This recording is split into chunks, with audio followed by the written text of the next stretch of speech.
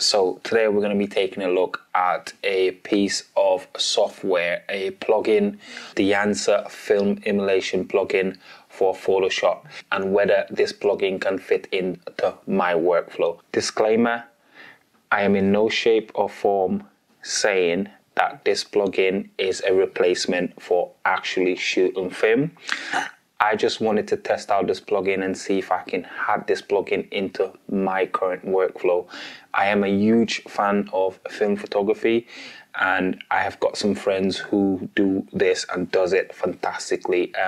We've got friends of the channel like Sophia who produces amazing work with film photography, as well as Andrew McLean. I'll put the link to both of their work in the description below, so make sure you go check them out. But because I'm such a big fan of film photography, when Dehancer reached out and asked if I would like to test out their plugins, the one thing I wanted to make sure is I wanted to figure out whether I can actually add this plugin into my workflow. I didn't want it to replace what I've already created and that workflow that I'm so accustomed to, I'm used to. I just wanted to see if I can add it into my current workflow, and use it to add a little bit of a different essence and different vibe to my images. It's not a replacement for actual film and film photography. I've never shot film personally, so this is coming from a place of more of an experimental place. So I'm actually experimenting with this plugin to see if I can add a little bit of what this plugin does into my actual workflow. As part of my color grading workflow, I already use plugins from Affinity Photos, I want to say. These plugins are used for my color grading. If you look at my work on my website or on my social media page, there is a certain style and vibe to my work where it's clean, simple, but still bold and graphic where necessary. So if we go to the computer now, and you can see, so I've got an image here that I shot recently with model Alyssa, and this is what we're gonna be working on, and I'll break down the different steps that I would take if I was to add this plugin within my actual workflow and how it would work. So I currently have this image open in Capture One. The Dehancer plugin is available for Capture One. It's also available for Photoshop and Lightroom. There's also mobile versions of it as well, and you can also get it for DaVinci Resolve, Premiere Pro, and After Effects, as well as Final Cut. Yeah, taking a look at this image now. So as you can see, the image straight off camera was slightly blue. So in Capture One, we have done some edits to bring that image up to where we think it's, deemed appropriate to then take into Photoshop and start doing our actual retouching. So we've corrected the colors a little, warm up the shot a little, and then just work on the skin tone. In terms of this particular shoot, a couple of things to note.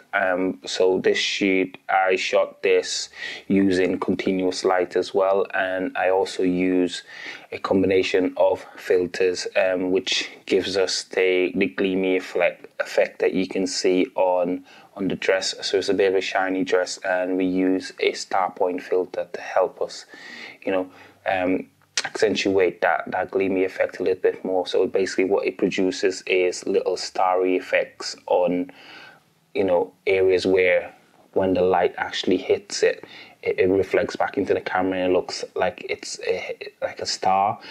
So we use a combination of those filters. So I use a stack version of those filters. So I use an 8-point star, a 4 and a 6-point star, so to get the most maximum out of it. And we also use a mist filter from Tide Optics Cinesoft filter to add a bit of softness to it, because the overall idea behind this particular setup is we didn't want it to be like tack sharp. We want it to be a little bit film-esque. So hence why using something like Dehancer within a shoot workflow like this, makes sense.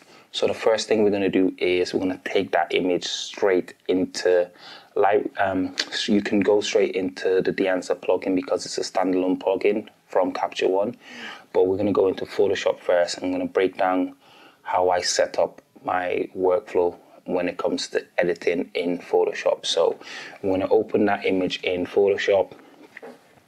So once that image is open in Photoshop, so what we'll do is we'll start working, and I like to work non-destructively in Photoshop. So the first step for me is always create a duplicate layer of your background layer. So to do that is Command J on a Mac or Option J on a PC.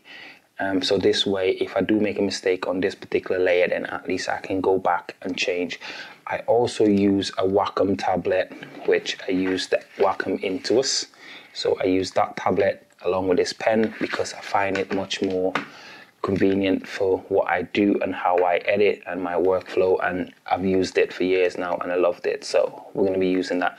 So the first thing I'm going to do is I always go around the image and look at maybe removing any sort of distracting elements. So a really good thing with this particular shoot, our model Alyssa has really good skin, so we don't have to do a lot of retouching. And like I said, because we use the Tide Cine Soft filter, it almost gives the skin a bit of a softening effect naturally in camera as well. So that obviously helps the process in terms of like retouching and not having to go too far. So we're going to do a little bit, but not too much. So that's going to be our first step. So we'll go in there, and anything that is distracting, any blemishes that we can see, I will use either the spot healing brush tool or clone stamp tool or even the patch tool, and just go in and clean up any blemishes. But for the purpose of this tutorial, we're just going to be as quick as possible and not go absolutely crazy with it. And then we move on to the next step. So I'm going to fast forward now so we can actually get on to the next.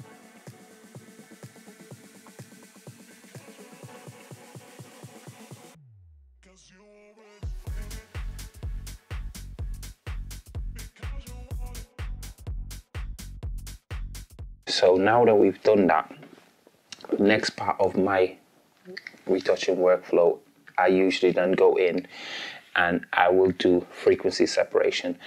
So we'll run that action now,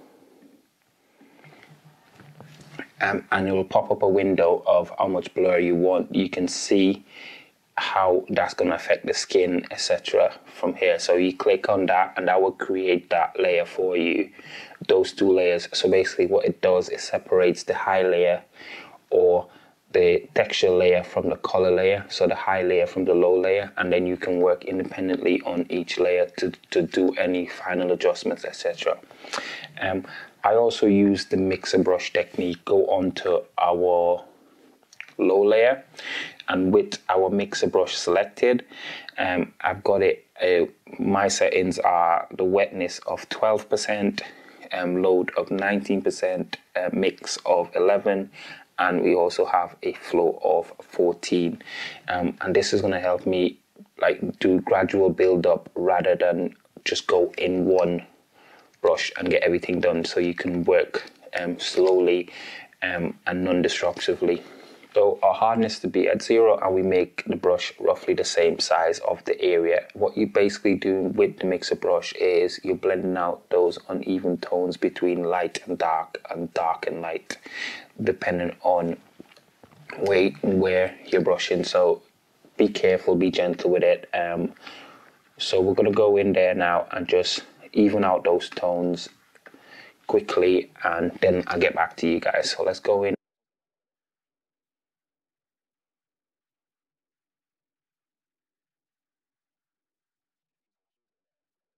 So now if you zoom out and you turn your frequency separation layer on and off, then you see what we did there.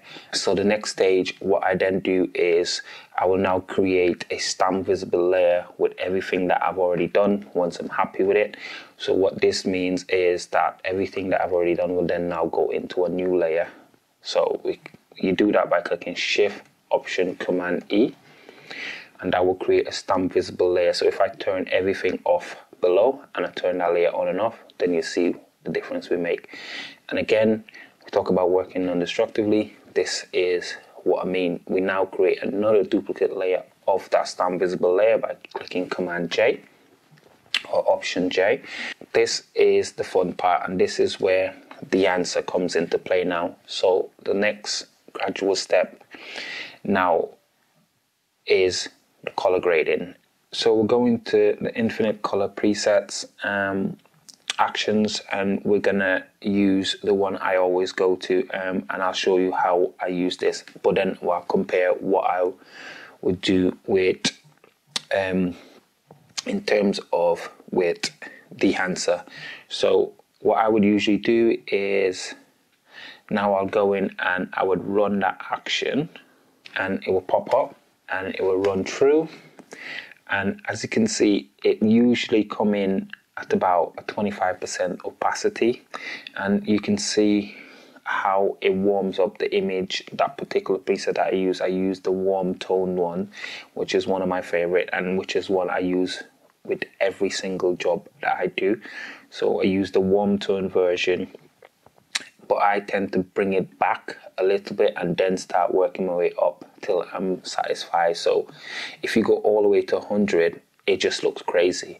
You don't want to do that. So you start from a lower level and then work your way until you deem it necessary to stop. So it's a matter of taste really than anything else. So I usually bring mine between 9 and 12. So that is it. So it's very, very subtle, not a big change. So the next step again is to do the similar thing again, where we create a stamp visible layer. So Command Shift, Option, Command E, create a stamp visible layer. And now we're going to take this image into Dehancer and add a little bit of spice to it, and show you how I would implement Dehancer into my workflow. So we go in to filters, and it comes on the filters, so but it opens up in a separate window. It will automatically come back to Photoshop once you finish, but I'll show you guys that. One downside, or you can look at it as a positive depending on how you look at it, is it usually saves your previous settings from what you use on a previous shot. It can save that, so when you open the next image, it will automatically apply all the settings that you had on your previous shot. So that is one thing I wish in a way that it didn't. That's just a personal preference of mine, because I would like to come in with the original image and then start making tweaks. But you can actually still do that anyway by just going back to the original, and that will turn off everything, you know, that had previously gone on, and that was previously turned on. So if we go to the actual original shot, so let's quickly look at Dehancer, the plugin itself, so, and what you can see when you actually open it. So on the left hand side, what you've got is your presets, and you've got all presets. You've got your personal presets that you created, which I'll show you in a minute. You've got old, new. You can select original, normal. Those are some of your drop down, and then this plus sign is where you can actually create a preset based off of a look that you've just created in the actual software. You can import your own presets as well, and also export presets. So Dehancer has 63 different film profile or film emulations that you can use. Let's go to profiles. So let's start at the top. So you can quickly cycle through them and see, you know, which one you would want to use as your starting base. Personally, for this particular shot, I did like the Kodak, if I remember correctly. So I did like the Kodak Color Plus. So we'll go down and find that, because I like what that did to the image. It didn't change the image too much, but the good thing about Dehancer, you've got that creative control to make changes elsewhere if needs be. So I will come in and go to the Kodak Color Plus. So this is our starting base. So if we turn our preview button on and off, you'll see. I'll show you in the end why I think it's important to create a stamp visible layer in a minute. So we turn a preview on and off. This is what you will get with that particular profile. And then if you go onto the right hand side of your Dehancer plugin now, this is where you can make minor tweaks and finesse the image a little bit to your taste. So I will go in and I will turn everything off. We will keep the same profile. We'll turn everything off so you can see what each individual element is doing to the actual image. So Kodak Color Plus, this is what it looks like as from the preset itself without any sort of prior adjustments. And then you can, like I said, you can go in here and make adjustments. So like you can go to your source, and you can start making little adjustments.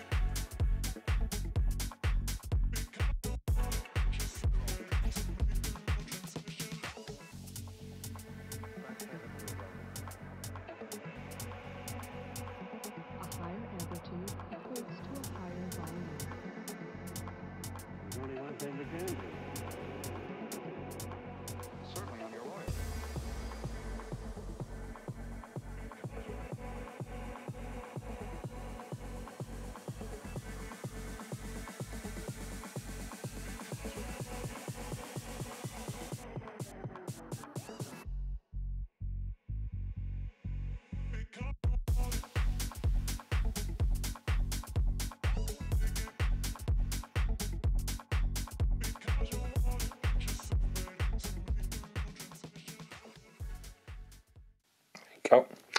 And now that you've done all your settings, what you could then do is you can come back over to where it says presets, and by clicking the plus arrow you can then create a preset using those settings, which you can then use for if you've got similar images within a similar set. So you can call this plus 202 version 2. So I've already made one, so I will create that, and you can see on the left hand side that will pop up and that will create that. So if we reset everything, so if we turn off everything and go back to the original shot, and we come to the version 2 that we just created, it will process and put our source back, and this is us doing everything we've done there in one click. So you can create a preset with your first image and then apply it to all your other images, which will ultimately speed up the actual process. So once you're happy with that, then all you need to do from there on out is you basically click OK, and that image automatically comes back into Photoshop and it updates in Photoshop. And this is where I was talking about creating a stamp visible layer, because what this will enable you to do is you can adjust the opacity here if you think you've gone too far with it. Yeah, so you can come in here and adjust your opacity. So you know, this is why I say you have to work non-destructively. So in here you can come in and adjust your opacity and, you know, make sure that you haven't, you know, go like absolutely crazy with it. So if we put everything that we've done into a group, so this is what we started with and this is what we ended with. So this is our image from Capture One into Photoshop. We did our skin work, our cleanup, etc., and then we took our image into Dehancer and we add a little bit of spice, a little bit of punch, and yeah, and that's it. All you do now is you basically flatten your image. Once you're happy, you click save and your image automatically comes back into Capture One. You will still have your raw image, but now you'll have two. You'll have one with your final look and presets, which should look like this. So if we were to compare the two, the before and after, and we compare the two, this is what we basically bring the image to life, which is what I absolutely love. So we've now brought that image back to life. So if we come in and you look at what we've done, we've maintained a lot of the similar textures of the original shot. All we've done is bring up the colors, clean up the skin, and just give it, like I said, that extra spice. So yeah, in terms of my final thoughts with Dehancer, yes, I can 100% add this to my current workflow. It will be project specific. I'm not going to be applying this or slapping this onto each and every one of my images. It's going to be based off of individual shoots, and if I think it's warranted for it, I'm not going to apply it on every single one of my shoots. But if you do decide to check out or do want to check out Dehancer, I'll put a link in the description where you can actually go and check it out for yourself. You can actually download, I think there is a free trial available as well, and have a play and see what you think of the actual software. As a matter of fact, this video was also edited using the Dehancer Film Emulation plugin for Capture One. If you'd like me to make a video on how I use it to actually color grade this video, please let me know in the comments below. I will also be taking and doing more tests with Dehancer and with photos as well as video. So if you'd like to see more of those, please let us know in the comments below. Thank you guys for watching, and I'll catch you soon. Peace.